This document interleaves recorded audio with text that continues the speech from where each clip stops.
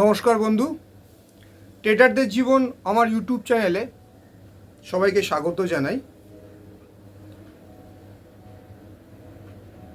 আগামী 26 তারিখের যে সপ্তাহটা শুরু হবে তার পূর্বাভাস দেওয়ার জন্য ছোট্ট একটা ব্লগ নিয়ে আপনাদের সামনে উপস্থিত হয়েছি। গত সপ্তাহে যেটা আমি বলেছিলাম যে লজিক্যালি টার্গেট 24,867 থেকে 70-এর মধ্যে থাকবে, মিলিয়ে নেবেন। ঠিক বলেছিলাম কি না বলেছিলাম।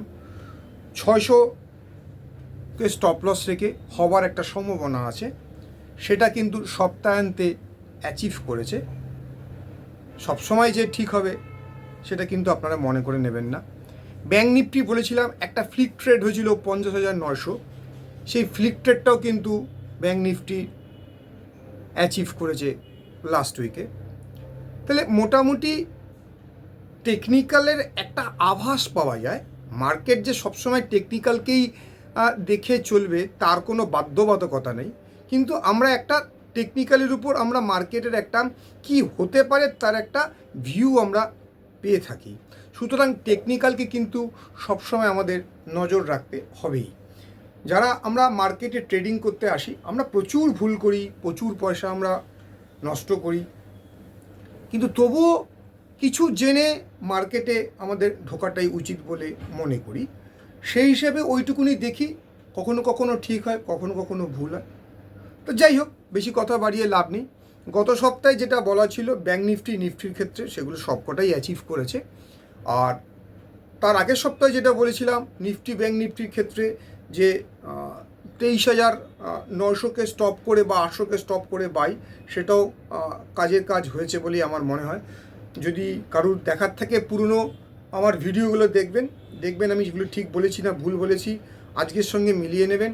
যে শেয়ারগুলোর কথা বলেছিলাম সেই শেয়ারগুলো পারফর্ম করেছে কিনা দেখে নেবেন। যদি কোনো ভুল হয়ে থাকে কমেন্টে জানাবেন। যেমন রিলায়েন্স বলা ছিল, এলটি বলা ছিল, এইচডিএফসি ব্যাঙ্ক বলা ছিল।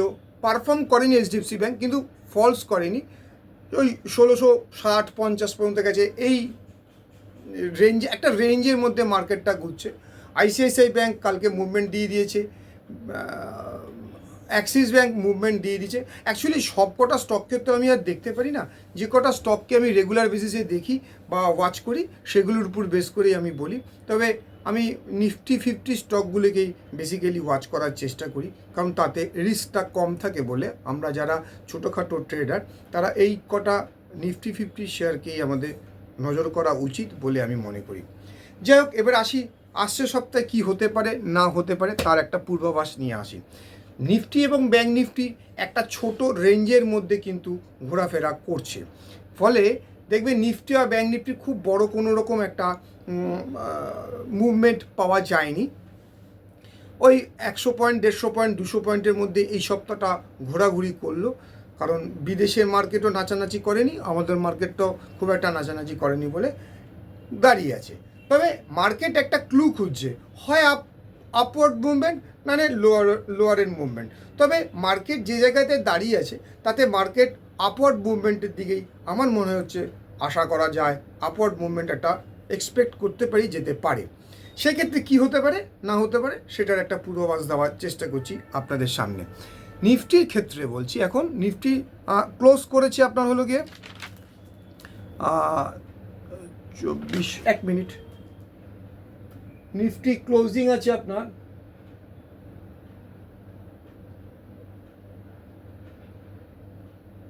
নিফটি ক্লোজিং আছে 24,829-এ।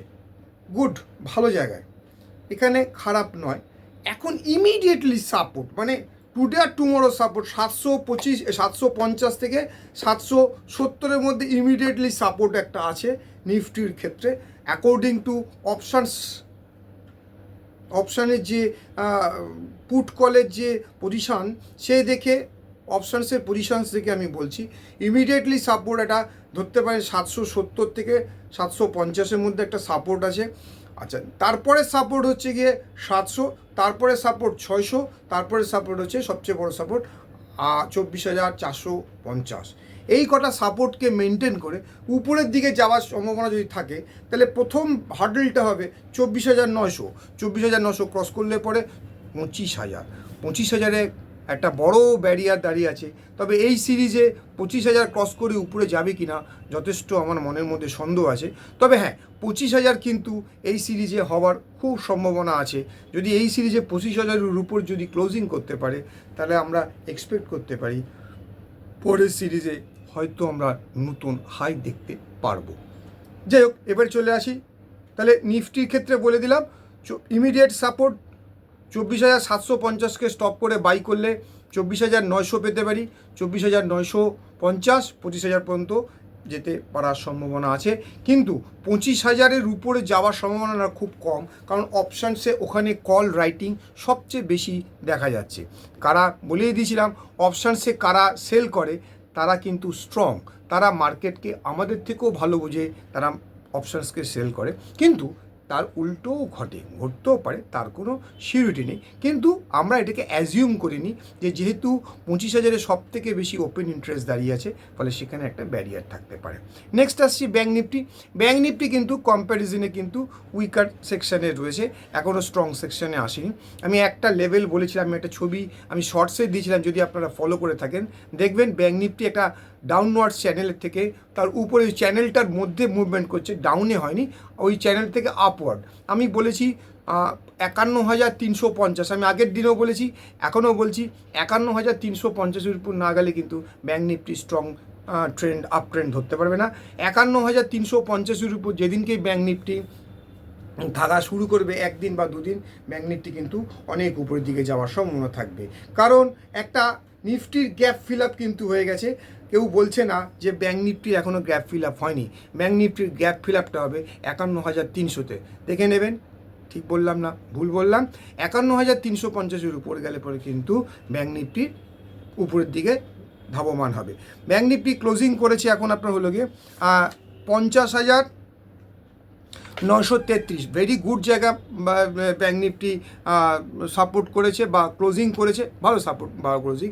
50,000 এখন নেক্সট বড় সাপোর্ট 50,500, তার আগের সাপোর্ট 50,700। সুতরাং এই সাপোর্টগুলোকে আমরা মেনটেন করে ব্যাঙ্ক নিফটি বাই করব। যত 50,700-র উপর পাবো আমরা ব্যাঙ্ক নিফটিকে কেনার চেষ্টা করব।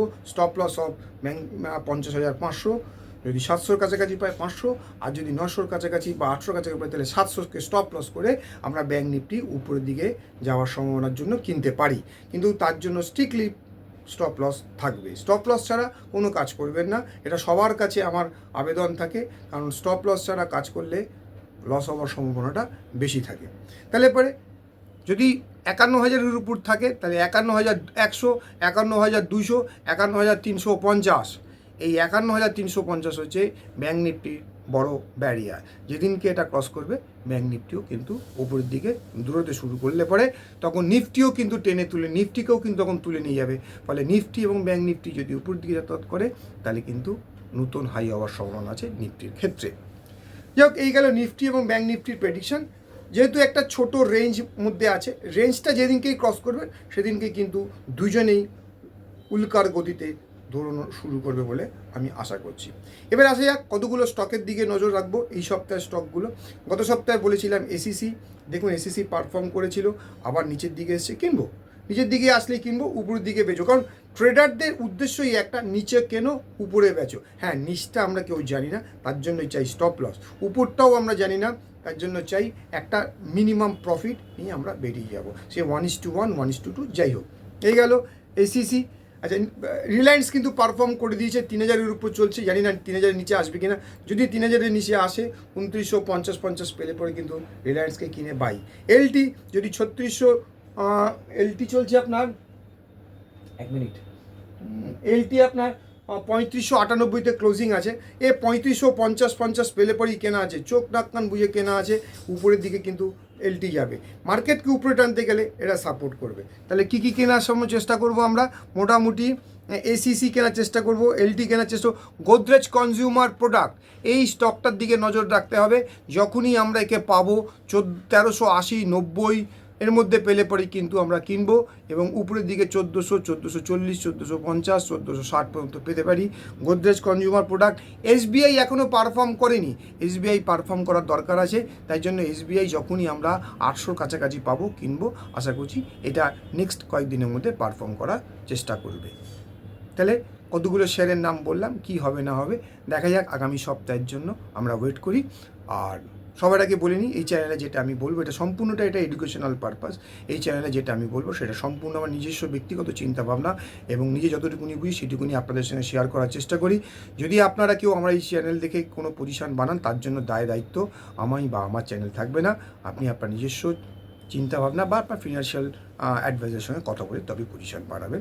আজকের মতন ছুটি নিলাম। লাইক করবেন, সাবস্ক্রাইব করবেন, শেয়ার করবেন। আবার আপনাদের সামনে কয়েকটা ব্লগ নিয়ে সামনের সপ্তাহে আসবো। নমস্কার।